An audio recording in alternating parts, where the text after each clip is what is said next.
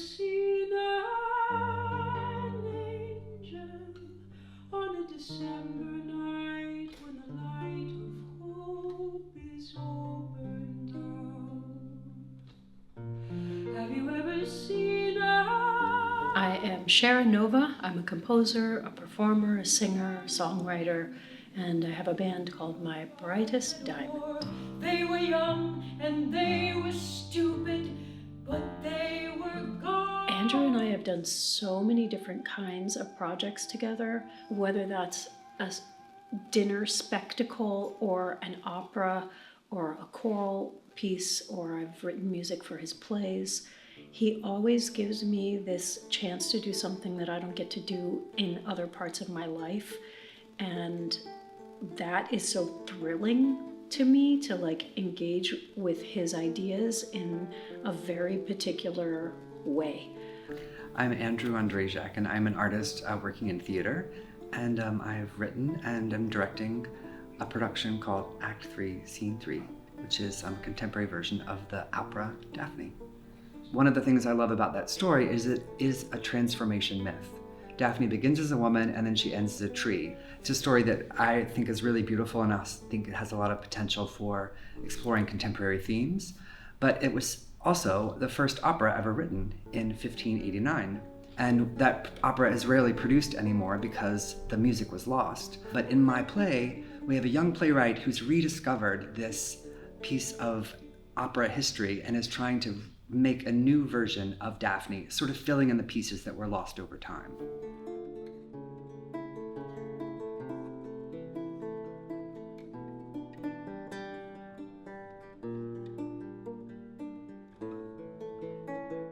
My name is Pieter Theuns. I come from the town of Antwerp, Belgium, and I am a theorbo player.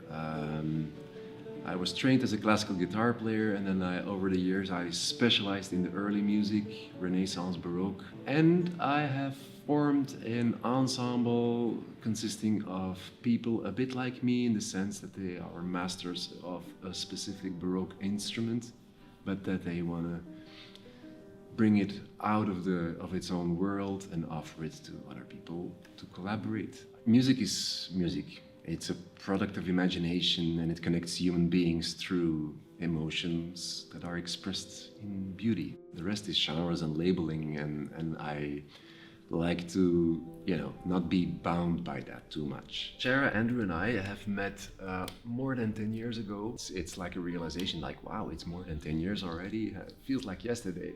But no, this was a beautiful collaboration with Shara's unique language, both the sound of her voice, but also as a composer. She has a bit of classical background as well as a pop background, which is particularly interesting for what we do, obviously. And then Andrew, with that creative genius that he is, Life was quiet, we were in peace.